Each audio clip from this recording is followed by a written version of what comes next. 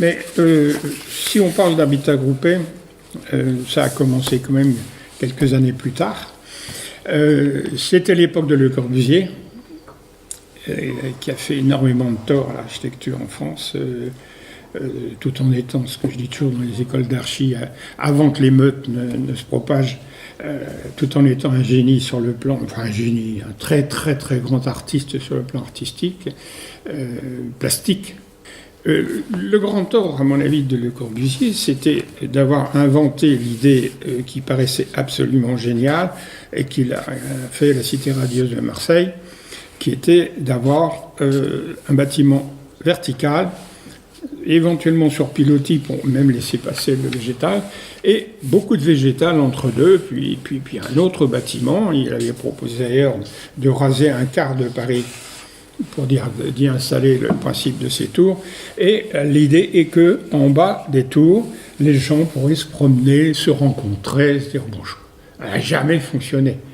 Parce que quand les gens descendent, ils se retrouvent dans un no man's land, ils ne se retrouvent pas comme dans toutes les villes traditionnelles depuis que le monde est monde, ou les villages il y a 10 000 ans, c'était toujours du groupement.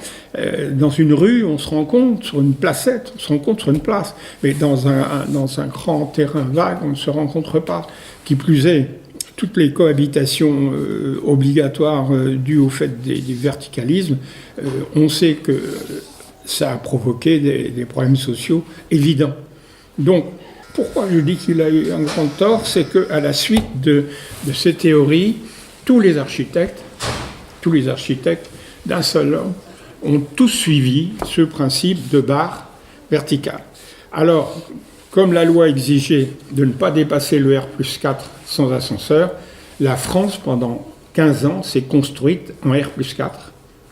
En petites barres dans les UP de R+4, ce qui est absolument pas du tout intelligent. C'est là le mimétisme. La Cité radieuse de Marseille, aujourd'hui, n'est habitée que par une population très élitiste, d'abord un nombre appréciable d'architectes, et puis il y a un hôtel qui s'est installé. Enfin, c'est devenu très élitiste. Mais la vocation sociale de la Cité radieuse, inutile d'en parler. En ville, à mon avis, la meilleure réponse, c'est la réponse telle je crois depuis 50 ans, c'est-à-dire de travailler à l'horizontale et même pas travailler à la verticale. Et pour ça, j'ai toujours préconisé, bien sûr, un travail horizontal, mais dense, par rapport au travail vertical. C'est même vrai au niveau de la maison, parce que, encore aujourd'hui même, on sait tous que l'idéal du français dit moyen, c'est la petite maison que son enfant va dessiner à l'école d'ailleurs, et puis là, un minimum de 3 mètres de chaque côté, ne serait-ce qu'à cause du cul, et puis des fils de fer barbelés. Voilà. On retrouve avec ce système-là, qui est de croire à un système individualisé sur le plan, il n'y a pas de communauté possible.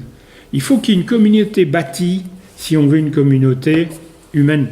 Pour revenir quand même à ça, il est évident que pourquoi c'est mauvais, c'est que là, il n'y a pas la moindre intimité, puisque finalement, à part le fil de fer barbelé, les distances sont tellement courtes, et c'est pour ça qu'on retrouve presque autant de difficultés sociales dans ce type de regroupement que dans le système collectif.